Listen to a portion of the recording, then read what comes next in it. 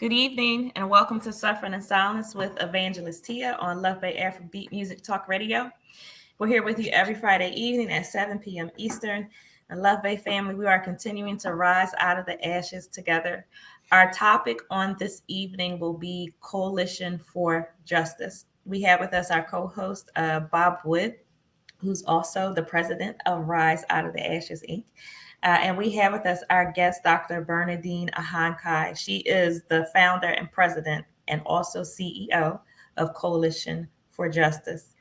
So, Love Bay, as you know, if you have any questions or comments for our guest or for our co-host, you can email us at sufferinginsilencedv@gmail.com, or you can text us at 437-778-3299. Also, if you have any resources that you would like to share with us on a national or local level from your country, your community, your local organizations, or your faith community, you can also email us at sufferinginsilencedv@gmail.com. And with that, Bob, would you greet our listeners first? Good evening. As always, it is a pleasure and an honor to be here. Happy to be with everybody this evening. I'm looking forward to this conversation with Dr. Ahonkhai. We just discussed some common ground in education. And as always, I'm always open to learning more myself. Never too old to learn. So Awesome. I will turn it back to you. Yes, Dr. Bernadine, if you would greet our Love Bay listeners on tonight. Thank you so much, Evangelist Tia. Good evening, everyone, and thank you for joining us tonight. And I want to thank Evangelist Tia and Bob for inviting me to be on this radio talk show tonight. I'm really excited about it and looking forward to the conversation. Thank you so much. So also, as usual, Love Bay, we want to start with sharing some resources. First, I would like to give another reminder, a plea for your help. We are in the process of raising funds for my nonprofit, Rise Out of the Ashes, Inc. If you would like to make a tax-deductible donation, you can do so through our GoFundMe fundraiser, which is Rise Out of the Ashes, Inc. Or you can make a donation to my Cash App, which is $LaBaroness, LABARONESS. Or you can write a check made out to Rise Out of the Ashes, Inc. If you would like to write a check, just email me at sufferinginsilencedv at gmail.com, and I'll let you know where to mail that check. The easiest, I think, form of giving would be through GoFundMe, but if that doesn't work for you, you can use Cash App or write a check. So we are asking you to please support us in this endeavor so we can continue to do what we do, supporting and helping victims and survivors of domestic violence financially. I want to share with you Pastor Darius Daniels. He's the pastor of Change Church. His website is dariusdaniels.com. His YouTube channel is Darius Daniels TV. We also have the National Teen Dating Abuse Helpline. Their website is loveisrespect.org. Their phone number is 1-866-331-9474.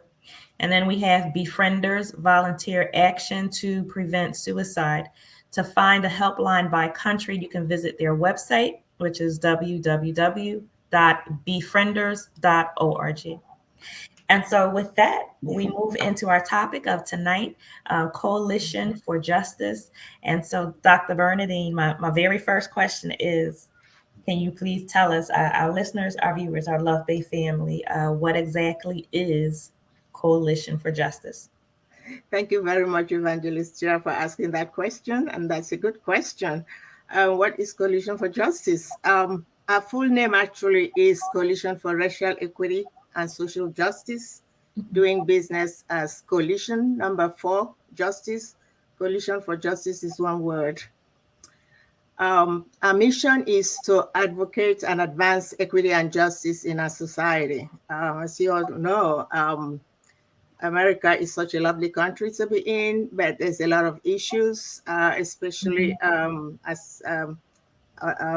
for people of color, Black and brown people. So how do we promote our mission, or how do we advance our mission? We do this through our programs. We have 2 adult programs. One is as speaker series, and the other one is our community conversation. Our two speakers, two adult programs are provided via Zoom because we started in 2020 during the heat of the pandemic. So we continue that with via Zoom. We bring people in a safe space and to engage in meaningful and authentic conversation about racial discrimination and racism in our country. We also invite people to share their personal stories. In fact, our very first guest speaker when we started in 2020 was a partner in a law firm in Philadelphia. We are based in Montgomery County, but this partner in a law firm in Philadelphia was raised in Montgomery County, and he attended one of our suburban schools. So he shared his experience growing up in Montgomery County and attending school with practically all white students, and what that experience was like. We also had a young, recently medical doctor whose parents are first generation of immigrants in the United States, to share her story, and that was very inspiring and informative. And our audience were very engaged with us. We had that session. We had someone else, an African American, share her experience about colorism, which to me I wasn't very much aware of the issue around colorism. So that was a very good education for me with that personal story. And most recently, just last month, we had a young professional share her experience, her journey about addiction, treatment, and recovery. So that's how we create awareness and educate people about issues in Black and Brown communities. And I believe strongly in the power of personal stories, because personal stories can be transformative, informative, and it can transform not only individuals but also systems. For instance, Rosa Parks' personal story of refusing to give up her seat in a bus when she was asked to do so by a white bus driver led to national grassroots protests and resistance. So personal stories are very powerful. So that's why we bring individuals in to share their personal stories with our audience. We also advance our mission and our goals through our youth program. We have a youth diversity and social justice program that we offer to youth in our schools in Montgomery County, to middle schoolers. I believe in getting children at an early age to educate them and create awareness amongst them about and give them the skills to be able to speak up and use their voice to effect change in their own world and promote equity, justice, and democracy. Our youth program is going very well. We are in a second year of the youth program, and we are in multiple schools, and also after school programs for youth. So that's what Coalition for Justice is about. Thank you for asking. Awesome. So before I ask you my next question, can you share the contact information for Coalition for Justice? Anyone who wants more information or wants to be able to Yeah, participate in your program. absolutely. I actually put that in the chat. I don't know if people are able to see it. It's www.coalitionforjustice.com. You can get more information about our program through our website. Awesome. Thank you so much. So now I want to ask you, I know the several issues that you just mentioned, all important, but why did you create this organization? Why did you see what you saw and then decide to do something about it? I'm glad you asked that question, Evangelist Tira. I'm asked that question a lot. Each time I meet people, I introduce myself as the founder of Coalition for Justice and talk to them about the organization. They ask me why. Mhm. I'm a retired educator. Why do you spend your retirement years doing this? Over the years, I have served on several Montgomery County and also Philadelphia councils, commission, um, college boards, and private school boards. And one of the councils that I served on for many, many years was the Montgomery County Human Relations Council, where we dealt with a lot of racially motivated issues like racial profiling and other racial discrimination and racism issues. So that leading to that too, I was also leading to the creation of the founding of Coalition for Justice. I have over the years watched the media reporting about the killings, some of them very young, of unarmed young Black and brown boys. And I'm a mother of four and a mother of a young professional son and grandmother of two boys in our public school system. As a Black parent, watching those images on the screen and also reading about them in the media really troubled me for quite some time. Then came May 25th, 2020, when we all watched the brutal killing, murder of George Floyd that caused a lot of angst and protests, even not only in this country, but even as far away as Abuja, which is the capital of Nigeria, where I was born and raised. So I was really traumatized by the brutal murder of George Floyd and thought about my son, who's now a father of three young children, and wondering whose son is going to be next, whose the father of young children is going to be next, that is being stopped, traffic stop by law enforcement, gone sour and or deadly. So I, for a while, I was very depressed and was wondering what can I do. And I also prayed to my Maker, to guide me and lead me in the right direction. I got up one day and decided I needed to use my background in education. The only field I've known since I graduated from college is the field of education, impacting my knowledge to other people, to students. So I decided to use my background in education to do something about this. And then most so, till now, around that time till now, there has been a lot of pushback about teaching true history of this country to students. So I decided to form the Coalition of Justice and to use that as a platform to create awareness and educate people about the true history and the marginalization, the inequities, and the injustice that still so much embedded in all the sectors and of this society. So that was the reason that I decided to create a Coalition for Justice. Okay, awesome. That's a great reason. Thank you. So I'll ask you this, and then Bob, I'll move to you for a question or comment. But Sure.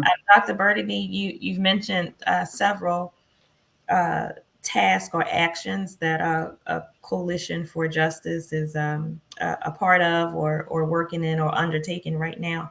Is there a specific project or endeavor that you're working on right now? Anything that stands out? Anything that's like at the forefront that at this time where we are, October 23, anything that stands out that would be at the forefront of what you're doing?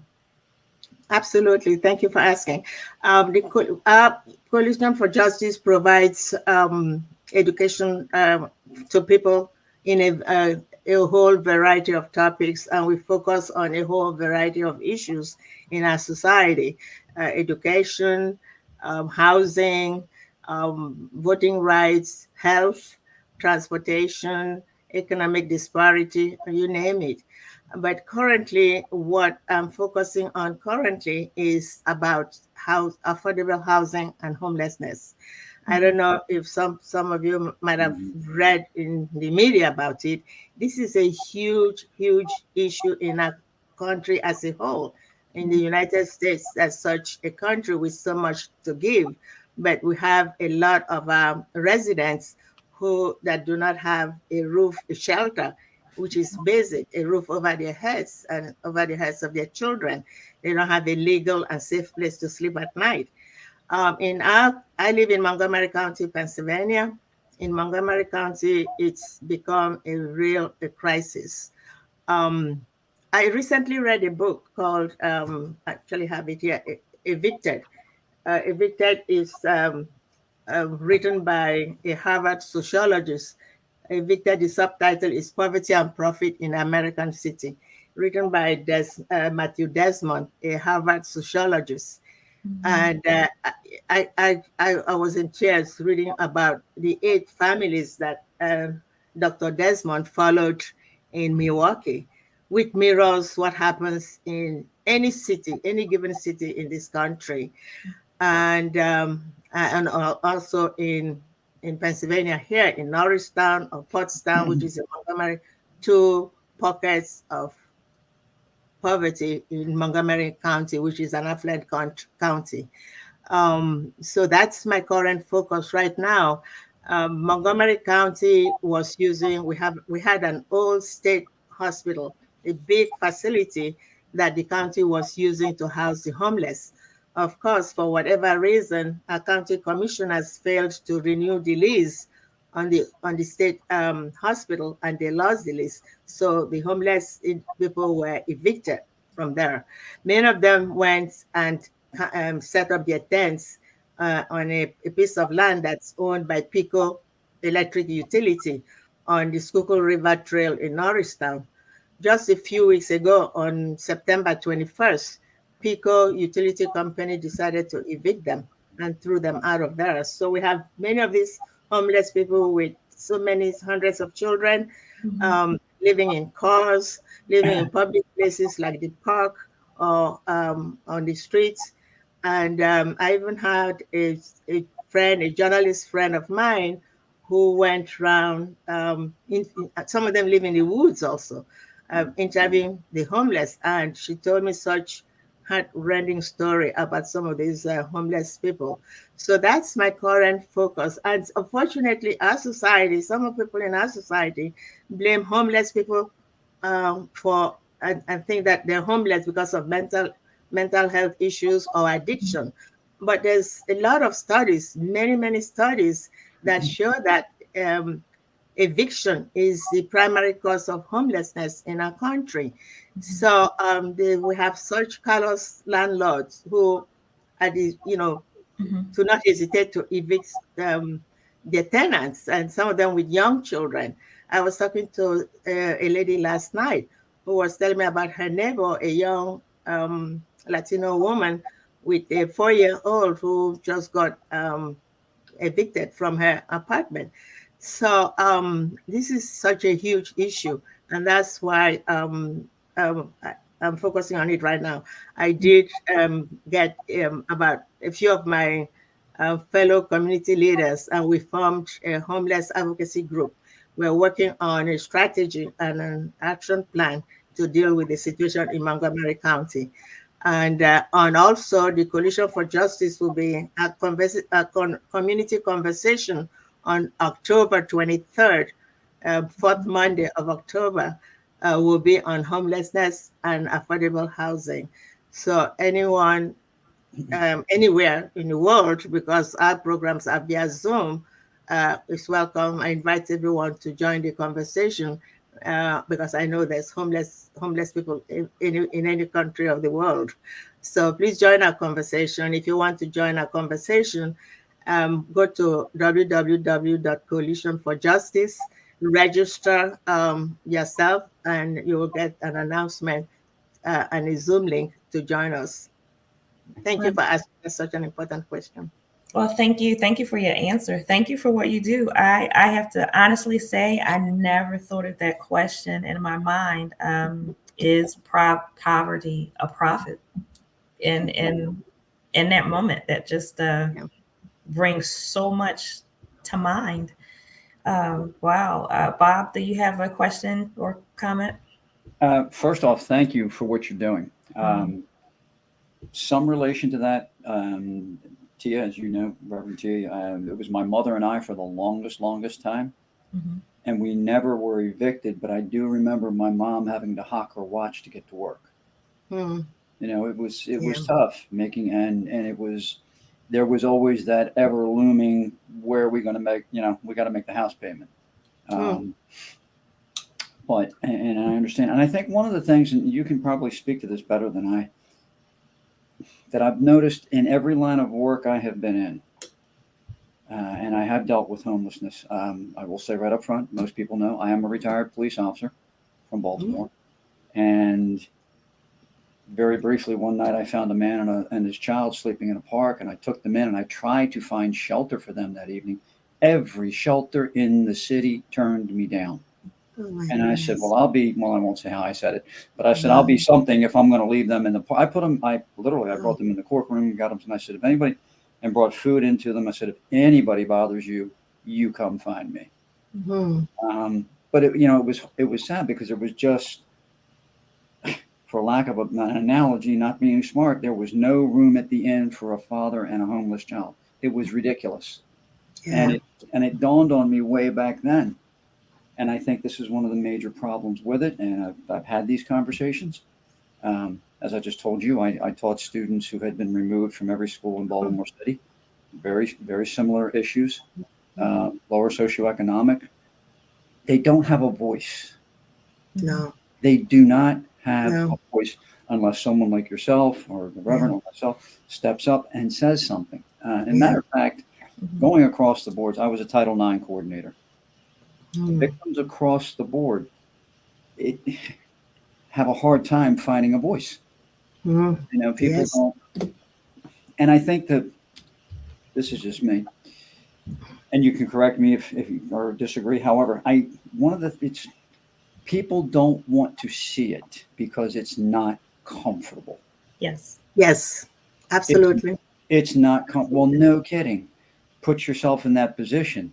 It is not comfortable, and it will continue to be not comfortable until you roll up your sleeves and do something. Mm-hmm. Yeah, Um, yeah, it's a shame because that's these issues are pushed under the rug.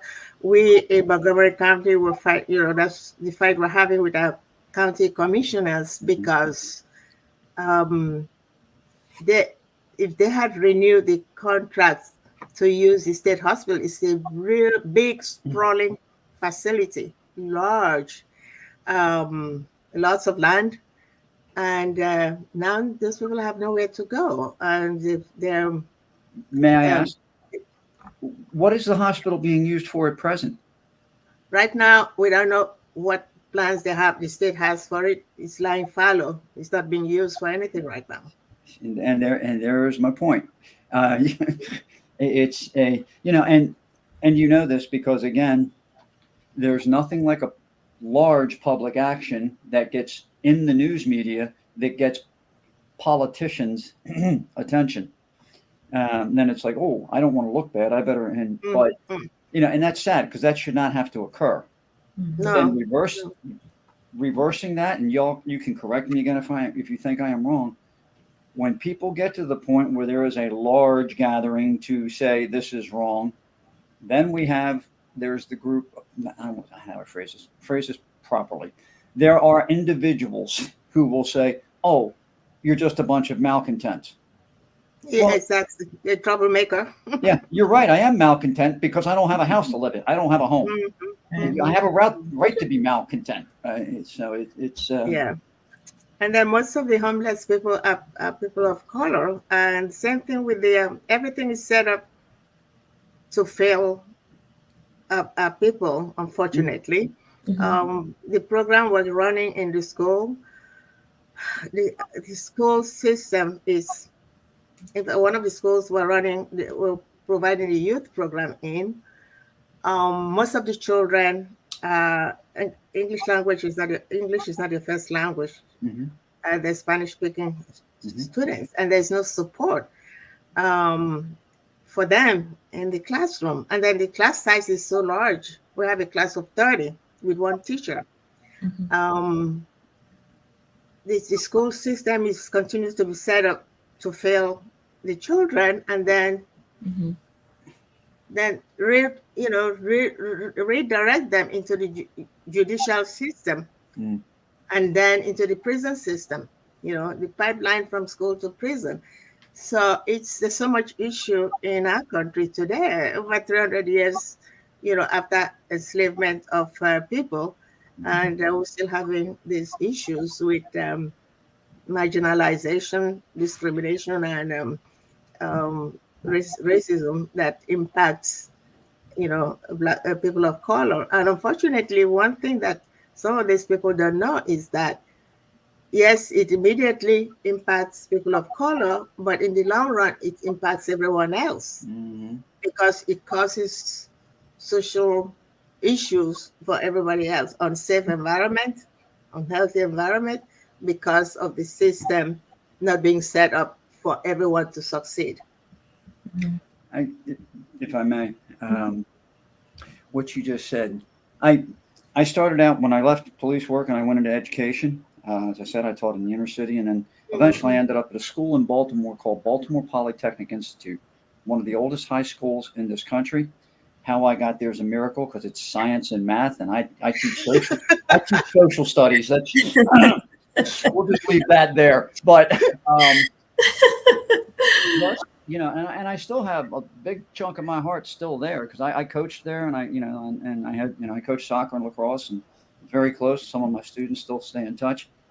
It's amazing how the media, because it's a city school, Polytechnic, how the media will Mm-hmm. take that and try to blow something out of proportion. One of the instructors who I deeply admire, I'll throw his name out there, Mr. Josh Headley. He does a tremendous job.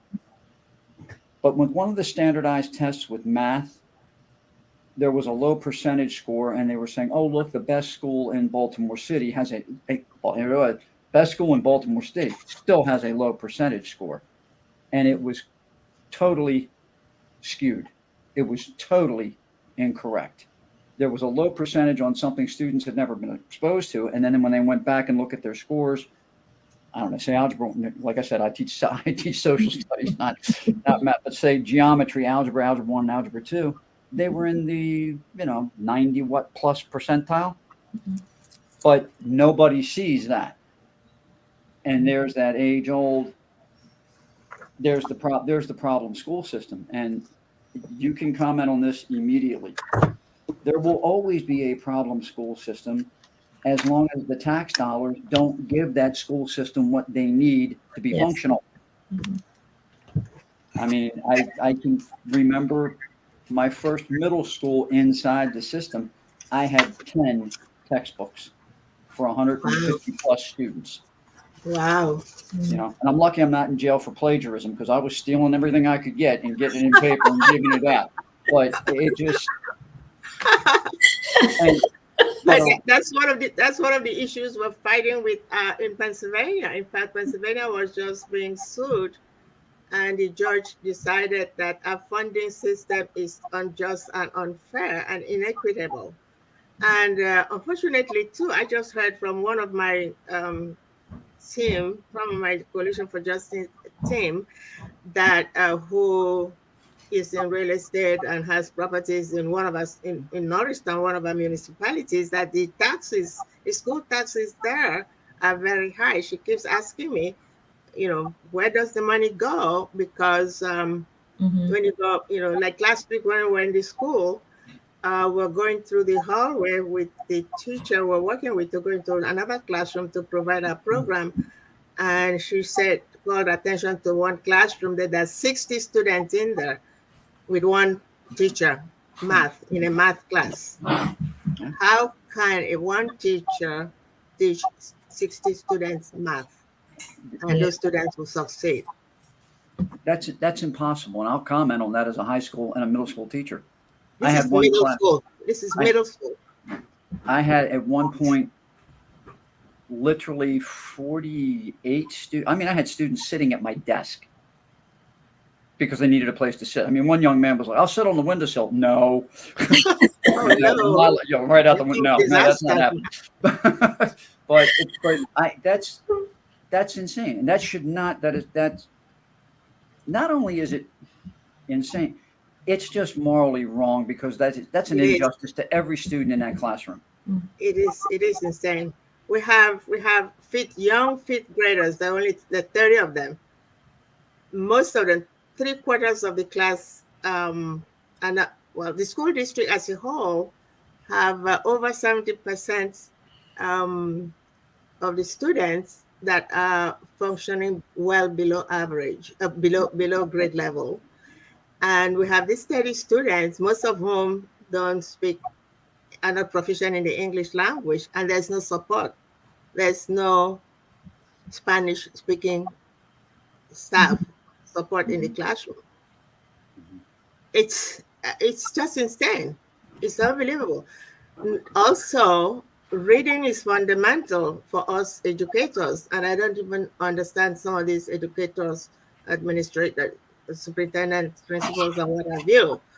In this particular school district, none of the schools has a library. They fired the librarians and got rid of libraries. No library. And then It's we have some states that ban books from libraries. there's that one going on because they don't want any ethnic books or other cultures, to be in the library. They don't want to teach our students the history that this country was founded and built on the backs and body and blood and tears of Black people, and who are responsible for the preeminence and economic success of the United States of America. And they don't want anybody to know about that. Actually, when George Floyd was killed, I was in the midst of a research for my book on Africa. The book's title is Untold History: Africans in the American Diaspora, Origins, Past and Present, Contributions, which thank God now is, I picked up the slack after a while, after I founded the coalition, and the book is now in publication, hopefully to be out by the end of the year. But they don't want any of that history to be taught. And the past informs the present and the future. Yeah. We continue to make these mistakes and set children up for failure, like in a school system, and marginalize the other. And we had an administration for 4 years that's trying to come back and hoping and praying it doesn't happen. That's, fans racial hate and violence, and it's just unbelievable. I see. And that's why we the Coalition for Justice is trying to create this awareness and educate people, because there's a lot of people. I hear people even during our session saying, "Oh, I didn't know that. Oh, I didn't know that happens." Yes, you don't know what you don't know, because some group don't want people to know the truth about this country. Wow. Well, thank you for doing what you're doing to educate. Um, I think it's very important, and I love the portion of your program that is dedicated toward young people. I think that's Where they are the future of this country, and I think they'll be the one given the opportunity to create a better, more welcoming and safer nation for everyone. yes. So, Left Bay, we want to take a moment to welcome you again to Suffering in Silence with Evangelist Tia on Left Bay Afrobeat Music Talk Radio. We are here with you every Friday evening at 7 p.m. Eastern. We have a replay on Tuesdays at 1 p.m. and 7 p.m. Eastern, and then again on Thursday and Friday at 1 p.m. Eastern. And we want you to remember we are rising out of the ashes together.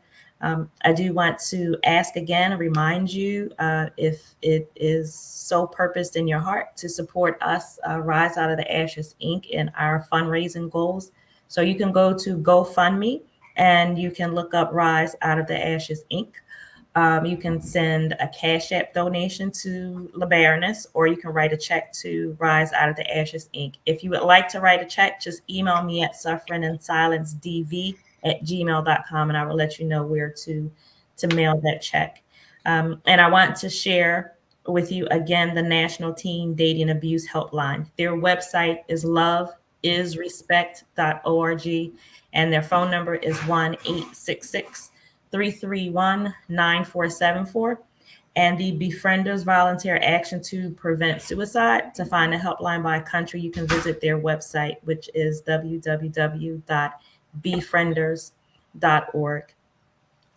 With that, Dr. Bernadine, I would like to ask you, um, I want to ask you, do you believe that you have accomplished your agenda? But now in this moment, rethinking the question, I think it's more of, do you believe that individuals are receiving the education, the information, the awareness that you are bringing? Is it being received? Yes, thank you for asking that. This is an interesting question. I think we have. I really think we have. As I said, we founded this program in 2020. In less than just a few months after, practically a few months after founding the Coalition for Justice, I was contacted by President Biden's inaugural team in January 2021, asking if we would like to participate in Martin Luther King Day of Service, which I jumped at the opportunity. I was humbled that I was asked in the first place. So that exposed us nationally and internationally. We have people in our audience, people from Israel, Canada, Australia, Mexico. So I think, we, in fact, we also get data from Eventbrite. Eventbrite is a platform for a speaker series. And according to data that we collect through Eventbrite, is our audience has tripled, 300% in only 3 years in existence. We're going into our fourth year, starting this past July. So, and then we also know that our email opening rate is 45%, compared to 29% for nonprofit organizations. So, and then our audience participation, also 55% of them find our content, our sessions engaging. So I think we're doing a good job. We hear from people that they plan to change their attitudes and behaviors towards the other, because of participating in our program. So I'm really happy that we have the opportunity, that I decided to do this. It's a lot of work, as you know, running an organization, evangelist here. But when I see those reports, or hear people's comments during our sessions, that it really gives me the motivation to continue to do what I'm doing, because we are impacting a lot of people nationally, locally, and also internationally, creating awareness, educating people, and making a difference in what we're doing. Mhm. So, as you're doing what you're doing, as you are providing education and awareness, as you're bringing attention to issues and giving information that is absolutely needed and necessary, what kind of help or support do you need to do what you do and to continue to do what you do? I'm glad you asked that question. That's such an important question, because we do need help and support. We do need help and support to advance our mission and our goals, because we truly believe in what we're doing. I said earlier on that our audience has increased 300%, but we need to impact more people. It's a large world. The United States is huge. We all know all the issues we're experiencing in this country, ban books, and limiting people's accessibility to the to voting polls. So shortchanging our young ones and dimming their future, railroading them into the prison system. So we do need help to continue to do this work. Mhm. Um, there's strength in numbers also. As we spread, as we educate people and create awareness, we want people to use the information not only for themselves, but also to, use it to educate others in their network and in their organizations where they work or practice. Um, Do you as need youth pro- financial a support? youth program for the youth, because I said earlier on, the youth are the future of our country. For those of you who are in Pennsylvania or around Pennsylvania, where if you are, we need for you to introduce a program to your school district. We want to go to as many school districts as possible. We have a 3-year funding from Montgomery County currently, and that money is limited to schools in Montgomery County. We would like to go to other counties, which means we need money. A youth program is only possible if we have funding for it, because there's program materials to put together. I have 3 teachers, trained teachers who work with me. They're given a fee, for their time. So we do need people. We do need funds. I ask you to go to our website, www.coalitionforjustice.com, and donate to a worthy cause. And also, if anybody in the audience is a grant writer and can help us sourcing grants for DEI work, DEI, diversity, equity, inclusion, and justice work, please contact me. My contact information is Coalition for Justice, montcopa@gmail.com. I'll put it at some points in the chat, or um, Evangelist Chair will share it with her audience. So contact me. We do need help, sourcing grant opportunities and also grant writing. We were lucky to have, I wrote 2 grants with some of my team members last year, and we were lucky to have those 2 grants, where we do need help with grants writing and grants opportunity, and we need donations. Awesome. Well, thank you so much. So, Lefbe, we are asking you to support Coalition for Justice so Dr. Bernadine can continue to do what she does in education and bringing awareness to the issues that require justice throughout the United States. um, Dr. Bernadine, I want to ask you, does your organization assist in or address the areas that will fall into trauma, domestic violence, sexual assault, trauma with children? Even just thinking back on what you spoke about, homelessness, I can easily see how those issues cross, each other. So, do you specifically address those areas at any time? Yeah, thanks for asking that important question. That's a great question. As I said, my background is in education, and I do a lot of awareness creation and educating. I leave the clinical part to my husband and my one daughter. They're both medical people who are clinicians and see patients. But we do address the issues you mentioned through our educational programs.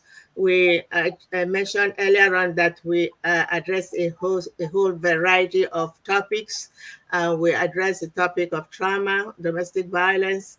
You were, Evangelist Chia, you were graceful enough to join a panel of 4 in, what was that, July?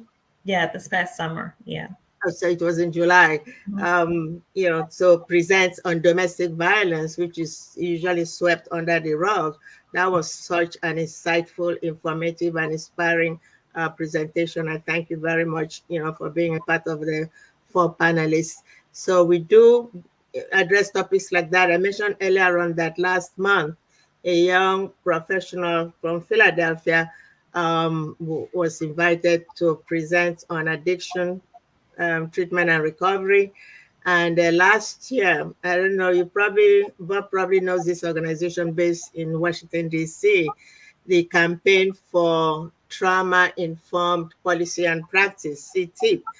Just Jesse Kohler, a friend of mine who's the CEO, presented on trauma for us last year. So that's how we assist in these areas. And in fact, we also share CTIP's information in our website. And also have shared their webinar information with our audience. So that's the way we do assist in those areas that you mentioned. Awesome. Thank you so much. Bob, do you have a question or a comment? No, I think it's great, especially. Hey, Dr. Bernadine, I don't know if you've I'm sure you have. Um, Evangelist Tia knows I do a lot of work with Native American people as well, Mhm. and I'm of Irish heritage, potato famine family. And when we talk about intergenerational trauma, a lot of people struggle with that term. What do you Hmm. mean intergenerational trauma?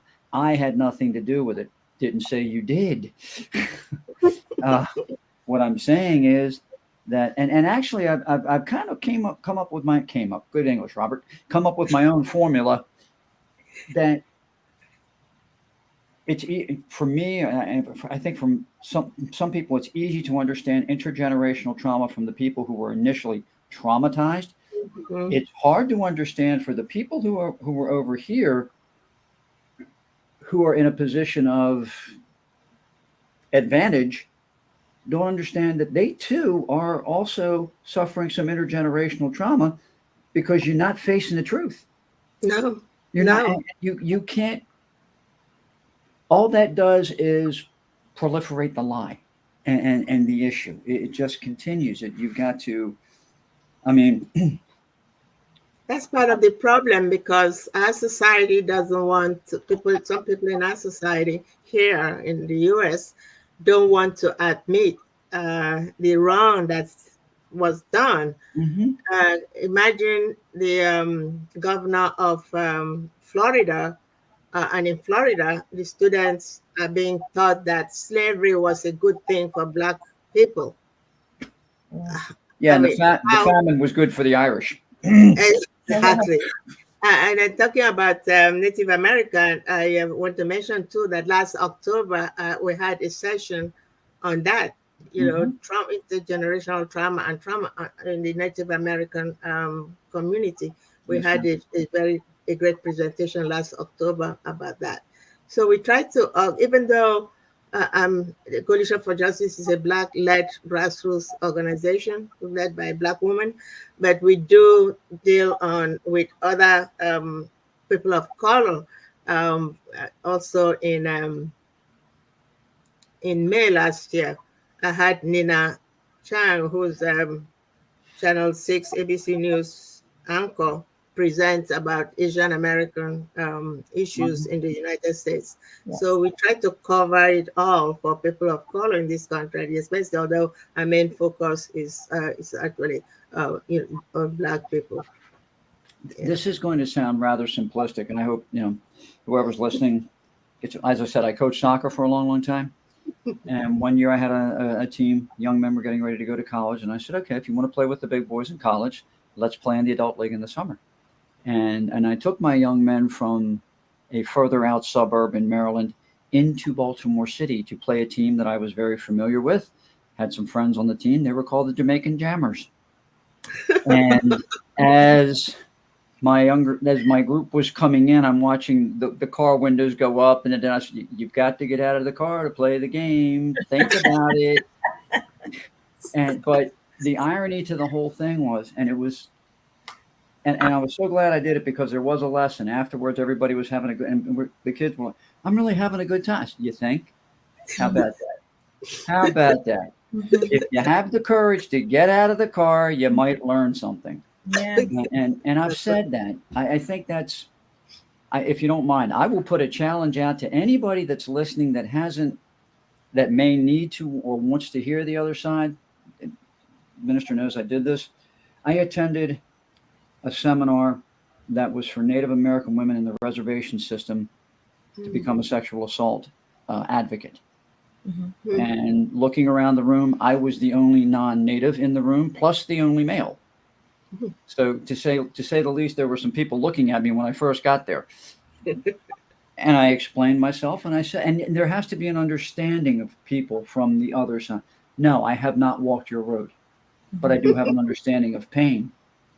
I do have an understanding of what's not right. By the time it was over, not only did I learn something, but I had about 55 new friends. Oh, wow. because, but you have to, people have to get out of the car. Yeah. Yes. So I Yes. think that is very interesting and awesome. I think that is a very good example, and I think it comes back to education. It is. Sometimes education is book learning. Sometimes it is someone standing in front of you presenting information. But a huge part of education is also experience. Yes. Mhm. And when you do come to the table, when you sit down, when we're having a conversation, in a safe atmosphere. It has to be a safe and respectful atmosphere. I really want to say it's okay to ask questions. Questions. Yes, ask Yeah. questions. I don't think any question is a dumb question. And again, as long as you're being respectful Mhm. and if you're honest and you have some, you temper your honesty with kindness. Don't just say anything out of your Mhm. mouth. I think that is absolutely what's needed. And Dr. Bernadine, as you said earlier, we talk about homelessness. I think the public at large is uncomfortable and wants to sweep it under the rug. The public at large wants to sweep domestic violence under the rug. We want to Mhm. sweep sexual assault under the rug. We want to sweep children being hurt under the rug. We see it, we know it, we understand it's a problem, we know it needs to be dealt with, but we don't want to talk about it publicly. We don't want to have the real meetings and the conferences and actually talk about the issue and deal with it. It's like we get relegated to the back room. Mhm. The Mhm. work is important and you have to do it, but you can't do it in front of everybody else. No. We don't want the reminders. And I love that. I would say we have to be in those spaces where we're uncomfortable. Yeah. You really Yeah. do, because you can't hide it. It is real. Um, and it has to be dealt with. There are some issues that are never going to go away. It's not. And I know, we can talk about world peace. We can talk about all the love that we want. There's not going to be an end to homelessness. There's not going to be an end to domestic violence. I think those of us who are responsible, those of us who are standing up, there are things that we can do to help as much as possible. But we are Mhm. not going to wake up tomorrow and all of a sudden, there has no harm comes to any child whatsoever anywhere. It's not. So we do have to teach about it. We do have to sit together. We do have to see what can we do to prevent a situation from happening. And I Mhm. think what you do is just it's amazing. It's awesome. And I thank It's you for needed. the comment that you just put up. But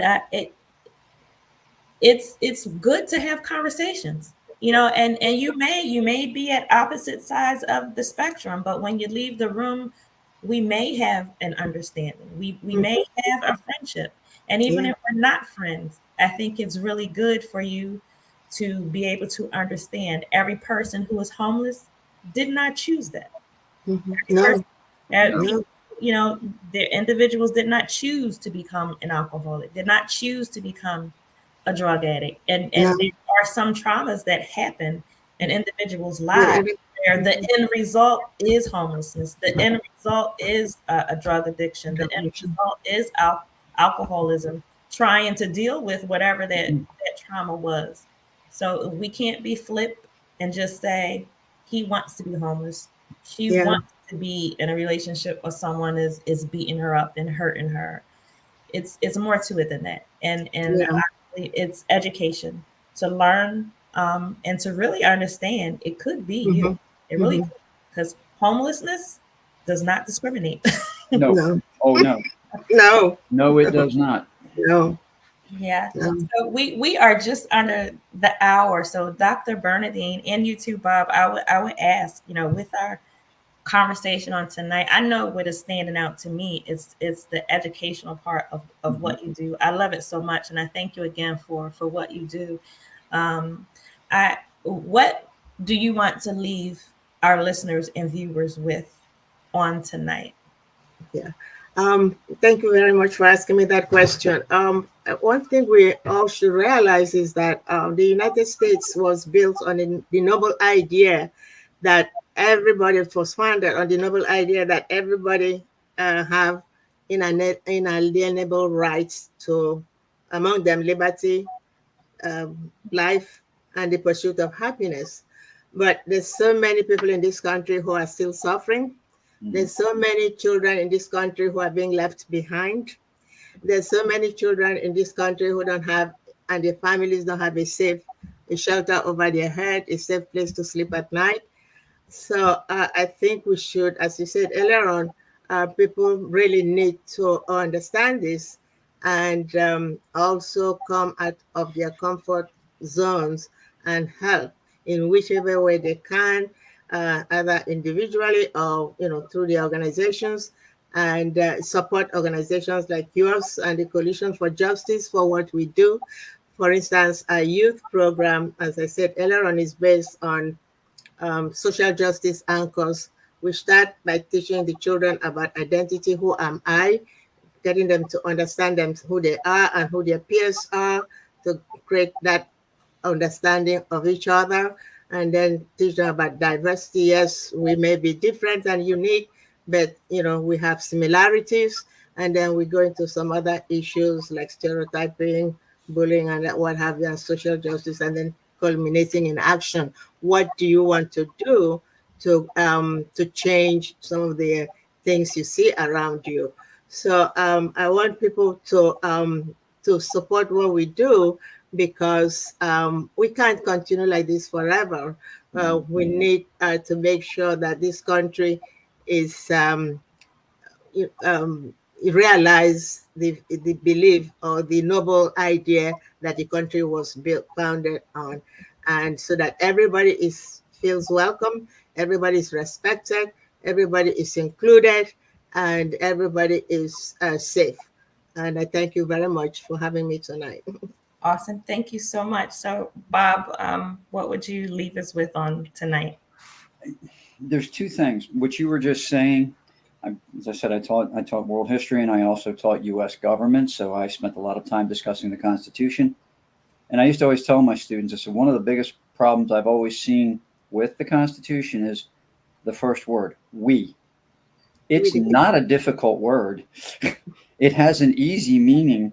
I said, but if you look at history and even now, some people have a tendency to take the W and turn it upside down and it becomes me, Yeah. which is not the concept of the Constitution. The other one too is we talked as we were talking. I think people tend to compartmentalize trauma and the outcomes of trauma. Oh, this person's homeless. They don't understand that person didn't become homeless just homeless. There may Mhm. have been alcohol. There may have been a sexual assault. There may have been job issues. There money.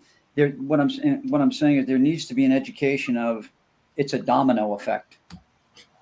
It is Yeah. a definite domino effect, and there's more than just one issue we're looking at. So we have to address holistically the Mhm. problem.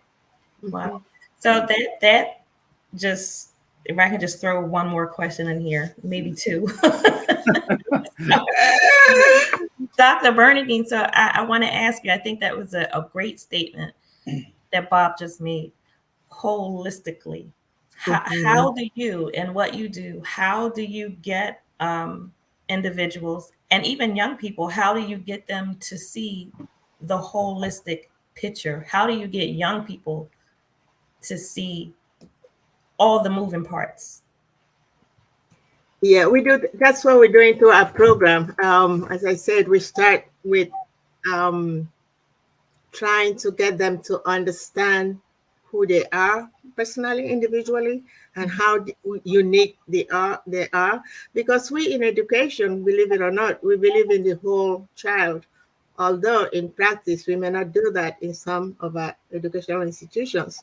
They see themselves for who they are, and also see their peers for who they are, and also see the similarities and the differences, but everybody is unique, Mhm. and everybody we can build on our uniqueness and our strength rather than looking at our deficits all the time.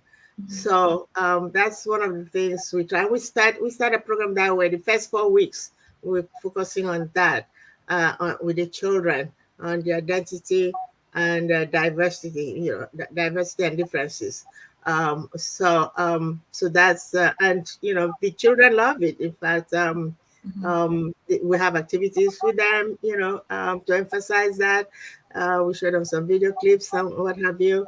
So the whole child is a concept of what we're trying to see.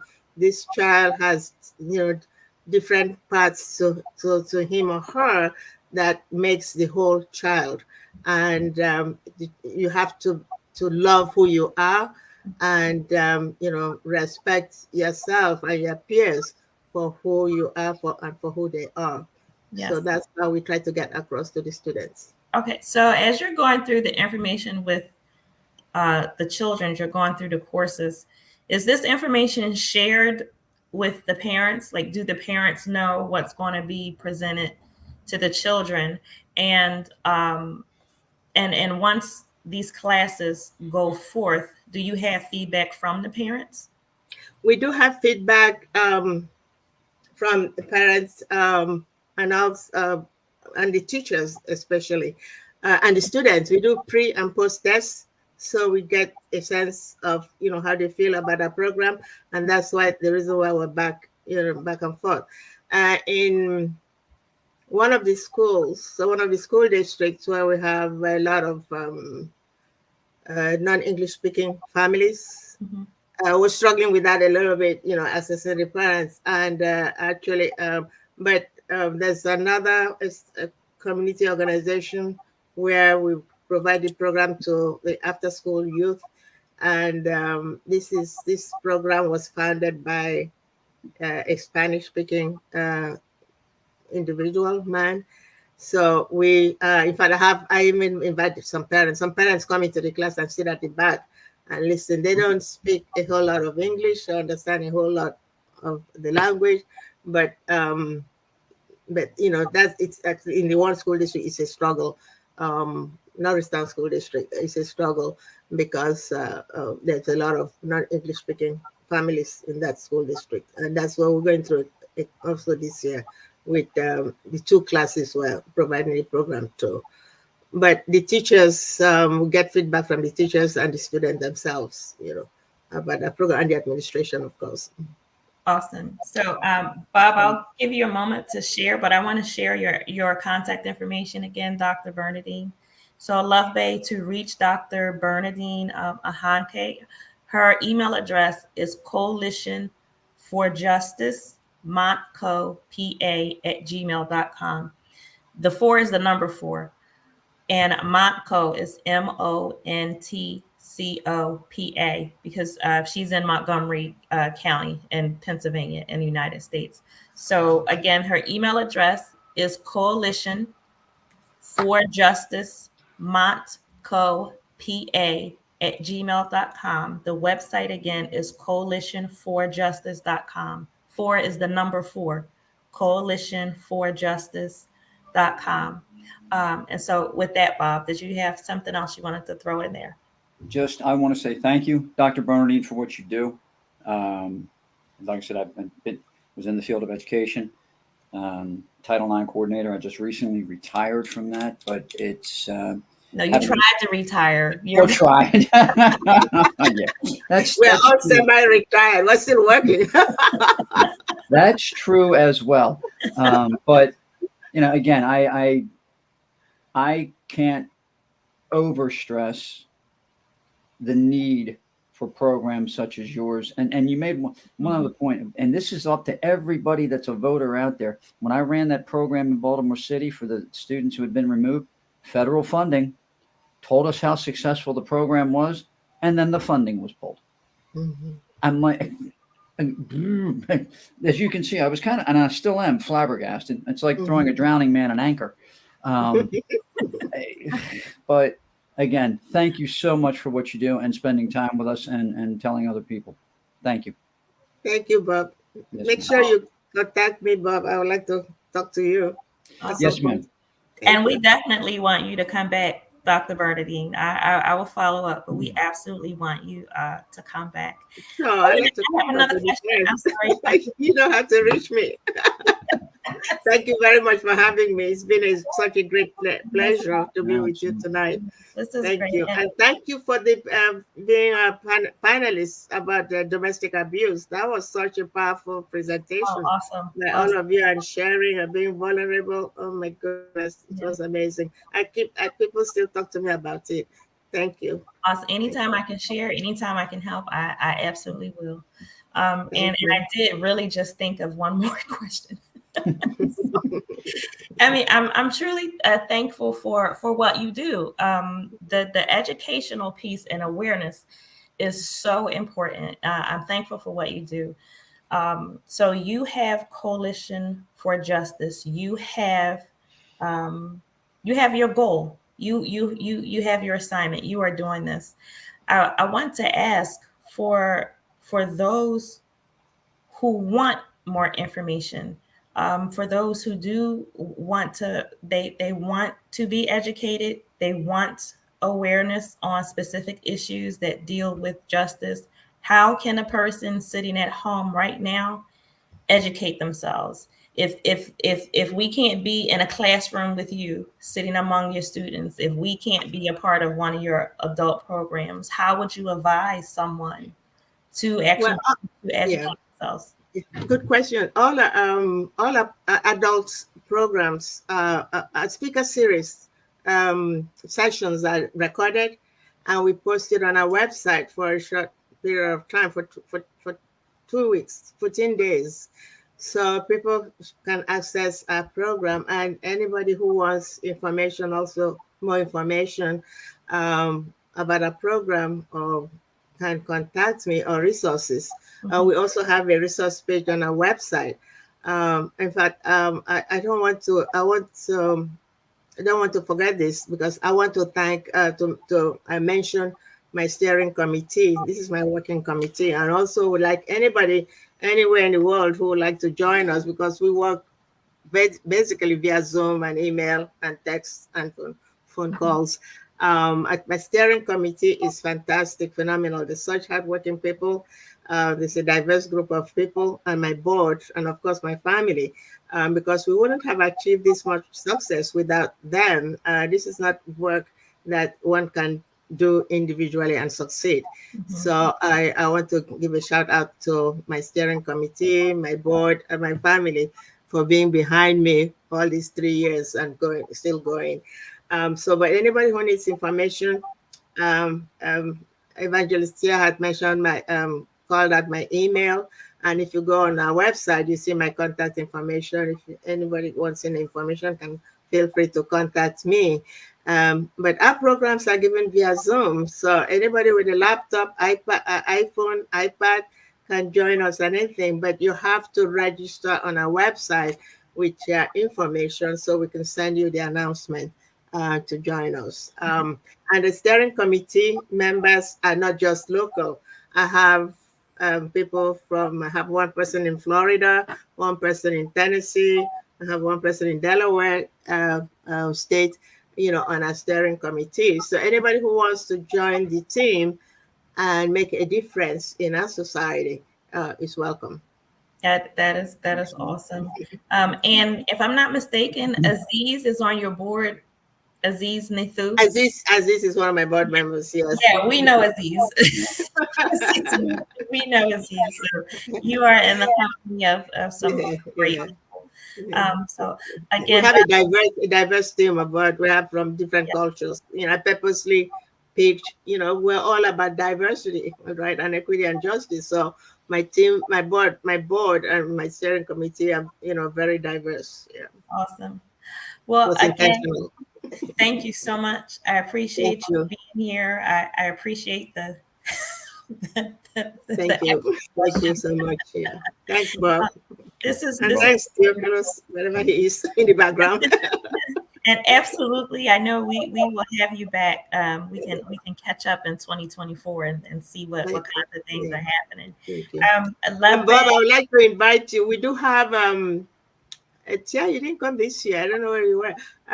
On July, every July we have anniversary where we bring the community together. We usually have about 100 people and children. We have a children activity section and all that to celebrate our diversity in July. It's usually second Saturday in July, so pin it on your calendar. Don't have anything planned for I'll, that. I'll, I would I'll like bring you my to join us to I'll bring my celebrate. soccer ball. Namaste. Thank you for being with us. If you want to catch up on previous episodes from our program, you can visit our YouTube channel, Suffering in Silence DV. We thank you for joining Suffering in Silence with Evangelist Tia on Love Bay Afrobeat Music Talk Radio. We're here with you every Friday evening at 7 p.m. Eastern. And Love Bay, please remember that we are rising out of the ashes together. Have a good evening. Thank you. Good Good night, night. everyone.